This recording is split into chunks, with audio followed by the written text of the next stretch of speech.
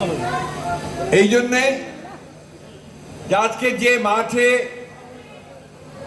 এই সম্মেলন অনুষ্ঠিত হচ্ছে, এই মাঠে আমাদের আজকের প্রধান অতিথি, আমাদের সকলের প্রত্যাশার মানুষ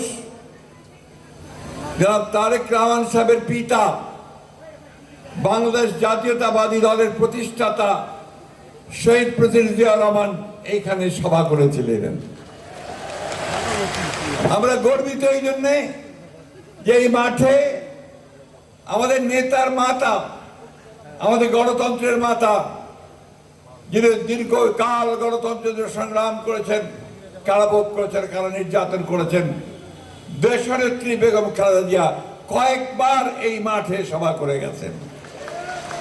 আজকে আমরা সৌভাগ্যবান যে আমাদের সকলের প্রত্যাশিত নেতা জনাব তারেক রহমান এইখানে এই মাঠে এই সম্মেলনে আমাদের সঙ্গে যোগ দিয়েছেন।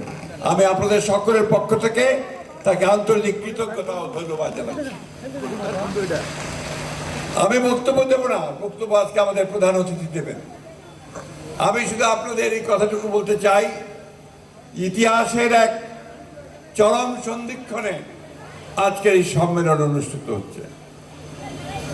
আমরা যখন দীর্ঘ 15 বছর মরণপণ সংগ্রাম করে, লড়াই করে, যুদ্ধ করে একটা গণতান্ত্রিক পরিবেশ পেয়েছি, ফ্যাসিস্ট সরকারকে বিদায় করতে পেরেছি, আমাদের অধিকারগুলোকে প্রতিষ্ঠিত করার সুযোগ পেয়েছি। এর মধ্যে আমাদের প্রায় 2000 তরুণ কিশোর নেতা কর্মী প্রাণ দিয়েছে। আমাদের অসংখ্য প্রায় 60 লক্ষ মানুষের বিরুদ্ধে মিথ্যা মামলা হয়েছে।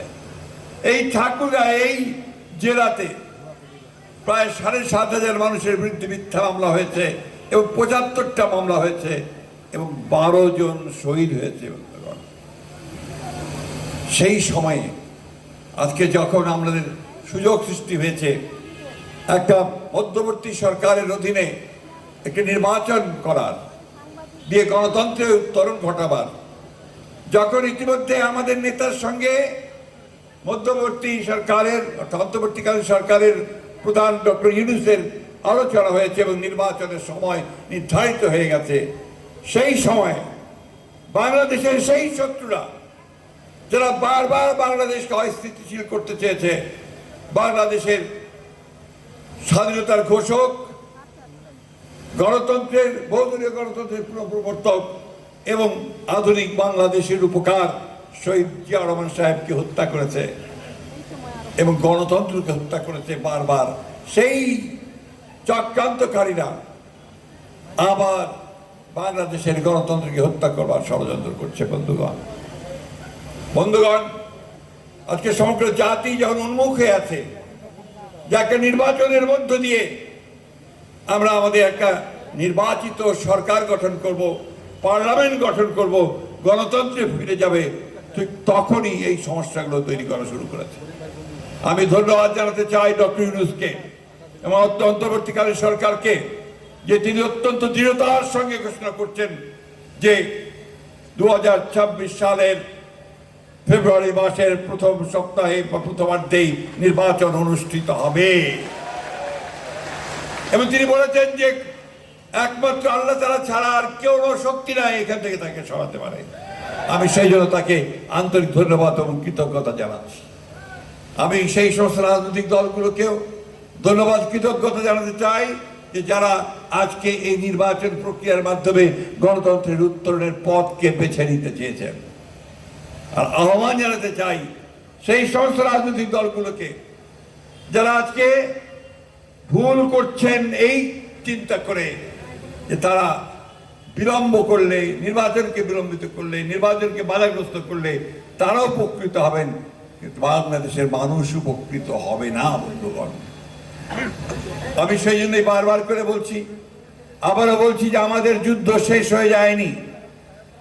আপনারা সব সময় সতর্ক, সজাগ থাকবেন। প্রতি মুহূর্তে আমাদেরকে সতর্ক থেকে আমাদের জনগণের যে প্রত্যাশা, জনগণের যে আশা, অর্থাৎ একটা গণতান্ত্রিক রাষ্ট্র প্রতিষ্ঠা করবার, সেই রাষ্ট্র প্রতিষ্ঠা করবার লক্ষ্যে আমাদেরকে এগিয়ে যেতে হবে। আমাদের জীবনে আমাদের বক্তারা বলেছেন যে সংস্কার তো বিএনপি শুরু, বিএনপির তো জন্মই সংস্কার দিয়ে। প্রেসিডেন্ট জিয়ার 19 দফা কর্মসূচি থেকে শুরু করে ম্যাডাম জিয়ার 2016 সালে ভিশন 2030 এবং আমাদের নেতা জনাব তারেক রহমানের 31 দফা, এটাই তো হচ্ছে সংস্কারের মূল ভিত্তি বন্ধুগণ। এই সংস্কারের উপর ভিত্তি করে আমরা ইতিমধ্যে এই সংস্কারের 19টা প্রপোজালের মধ্যে 12টা আমরা একমত হয়ে গেছি, বাকিগুলো আমরা একমত হয়েছি যে সবাই মিলে আমরা সেগুলো একমত হয়ে অতি দ্রুত নির্বাচনের পথে যাওয়াটাই হচ্ছে আমাদের সবচেয়ে বড় বিকল্প। আমার বক্তব্য বড় নয়, আমি ঠাকুরগাঁয়ের মানুষের কাছে কৃতজ্ঞ যে ঠাকুরগাঁয়ের মানুষ, তারা এই ঠাকুরগাঁ ছিল আওয়ামী লীগের ঘাঁটি, ঠিক কিনা বলেন আপনারা? 2 নম্বর 3 নম্বর 1 নম্বর লোকেরা, তাই না? সেই ঘাঁটিকে আপনারা দূর করে দিয়েছেন, সেই ঘাঁটি এখন বিএনপির ঘাঁটি, ঠিক তো? সত্যি কথা বলছি। আপনাদের 1 নম্বর আসন, 2 নম্বর আসন, 3 নম্বর আসন, ইনশাল্লাহ এই 3টি আসনেই বিএনপি বিপুল ভোটে জয়লাভ করবে ইনশাল্লাহ। সেইভাবেই দল করে উঠেছে এখন।